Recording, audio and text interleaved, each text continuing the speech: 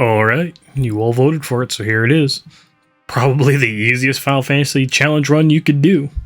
So, let's add some additional rules to make this a little harder for us. First off, with the exception of the Chocobo and the Cactuar, every creature cannot be used outside of the chapter it first appears in. The reason the Chocobo and the Cactuar are exempt from this is because they are required for their respective tournaments.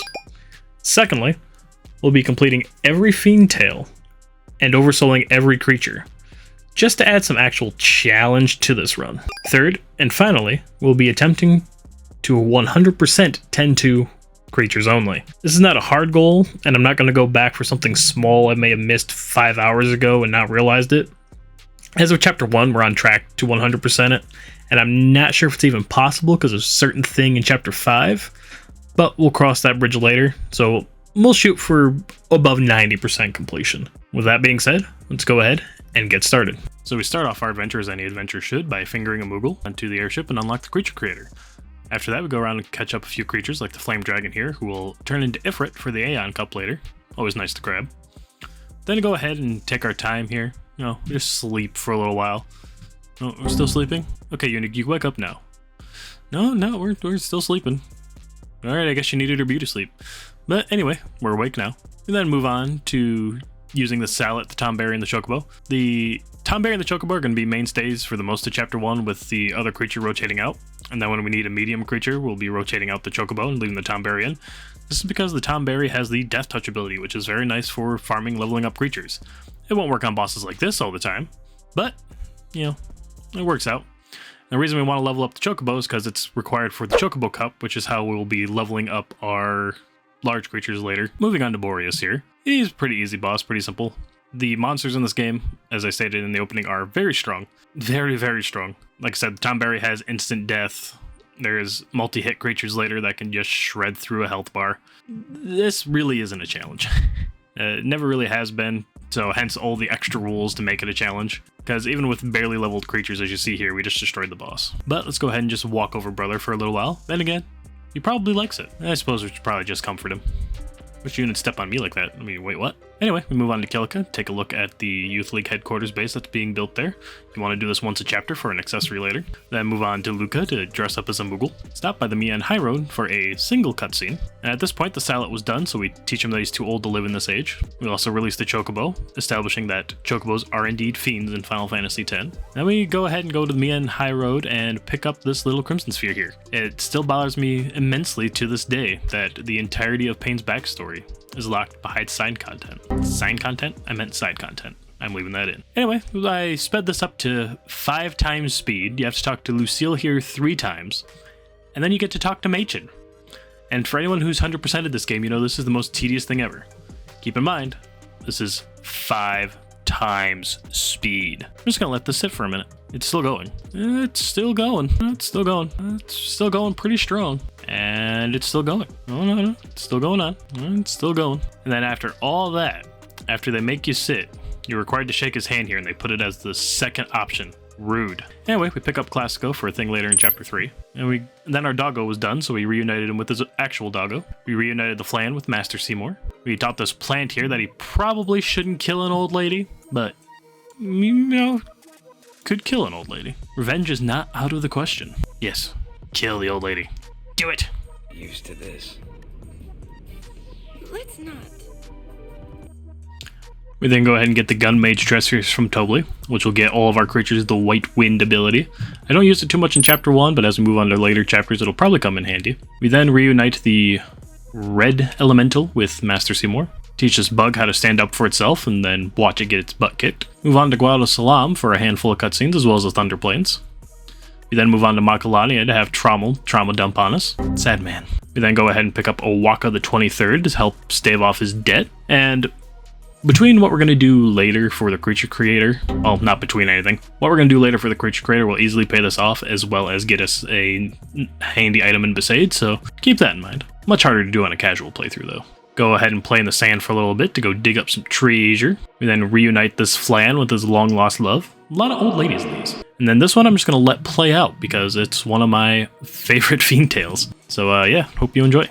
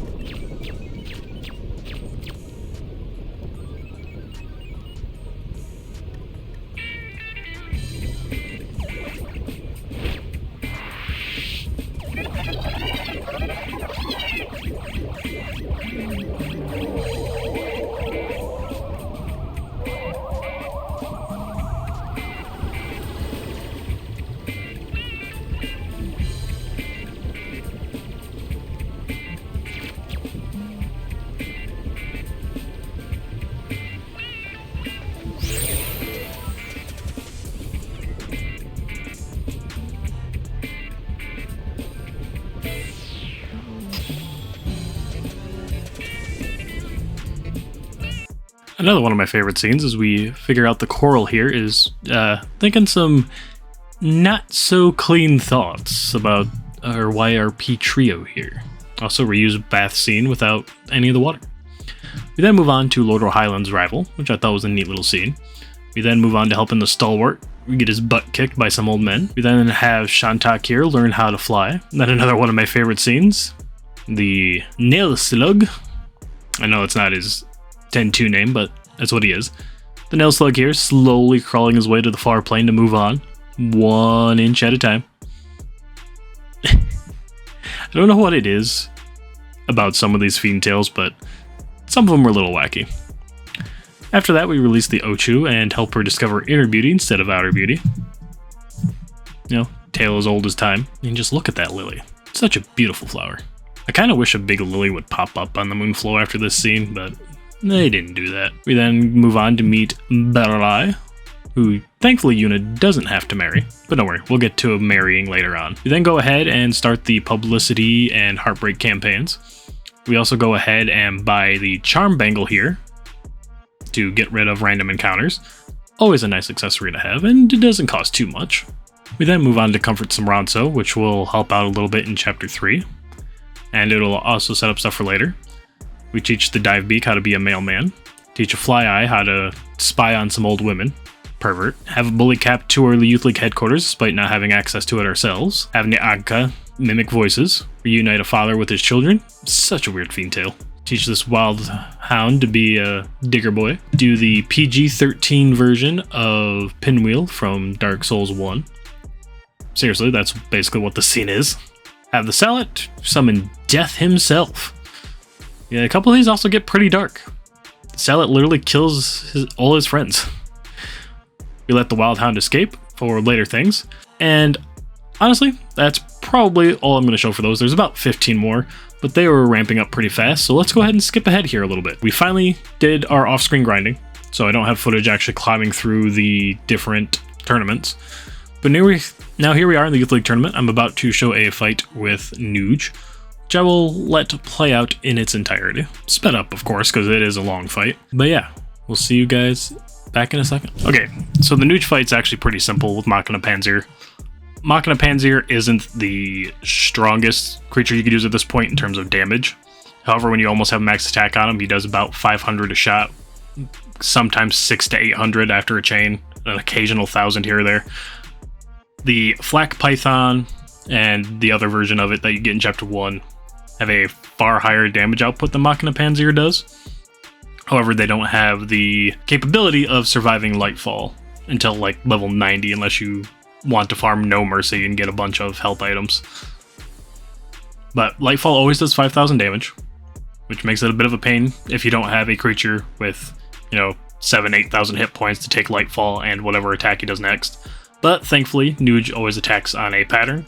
The pattern varies whether or not you're fighting him as Nuge by himself, or fighting him as part of X Crimson Squad, which is Nuge, Bearlie, and Gipple all in one fight. But yeah, just have your attack pretty high, have Gatling Gun tear through his health whenever he's not doing Lightfall, and then pray that your Machina Panzer uses Vigor. And that's how you beat the X Crimson Squad in Chapter 1 while making it very easy. In order to get through everything else, you can go ahead and use the Chocobo with the 2 Flak Pythons to get the Chocobo level up for the Chocobo Cup, which will get you Minerva Belts for Magic Defense, or Minerva Bangles, sorry, and Champion Belts for your attack and your defense. So yeah, it's pretty easy to power up a single large creature to get through the Youth League. And then of course the Flak Python, the Recoil, and the Chocobo to get through everything else. But with that being said, we have a story to finish. We only got 3 areas left, so let's go ahead and start off with Besaid.